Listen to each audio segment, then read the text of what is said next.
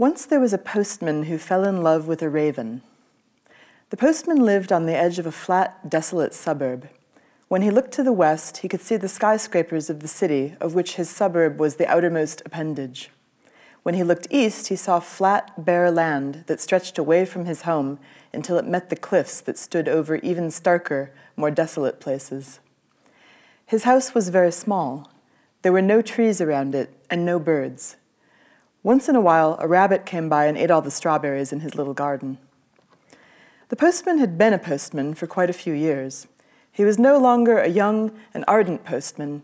He thought he had seen just about everything Her Majesty's Postal Service could offer in the way of danger and difficulty, hilarity and boredom. He yearned to have an adventure, but he suspected that he probably wouldn't. Every day, he sorted his mail and put it in his sack and walked his round. Then he went home, had his tea, watched TV, and fell asleep on the sofa. He sometimes had nightmares that featured email. On a particularly rainy Monday morning in April, the postman was sorting mail when he found a letter with an address he had never seen before. The letter was stamped Special Delivery. It was addressed in an elegant hand that suggested it might have been mailed in a previous century.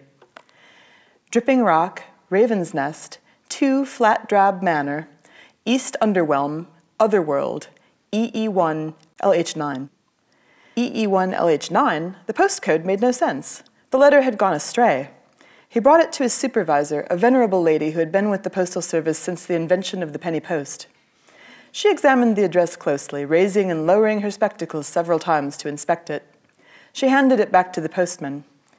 "East of East, Lower Heights," she told him. "It is, I'm afraid, on your walk."